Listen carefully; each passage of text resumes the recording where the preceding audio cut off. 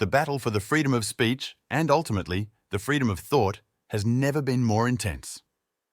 You're listening to Hear the Web, where we delve into the intriguing stories that shape our world. I'm Tom. And I'm Lily. Now, that quote was just a snippet from an announcement made by Rupert Murdoch while stepping down as chairman of the board of both Fox Corp and News Corp.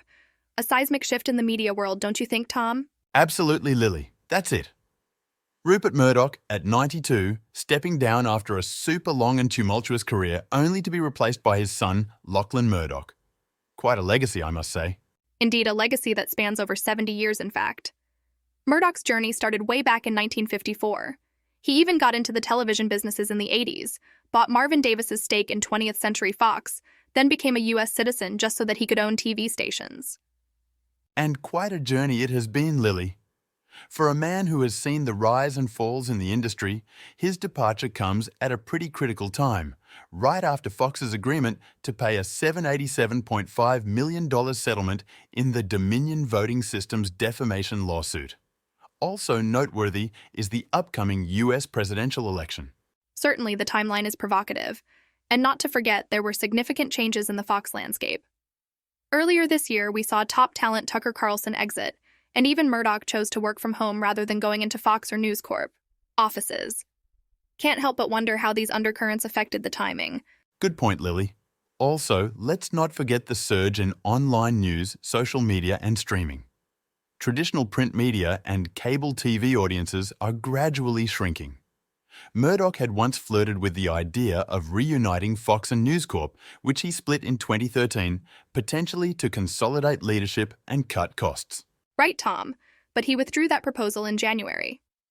Murdoch clearly stated in his letter to the board that such a combination was not optimal for the shareholders of either of the companies. Though the Murdoch Family Trust does control around 40% of the voting rights of both companies. True, and mind you, the Murdoch family's fortune is something to the tune of $17 billion as of 2023. All signs point to a conscious decision driven by the interests of shareholders and the changing nature of the media landscape.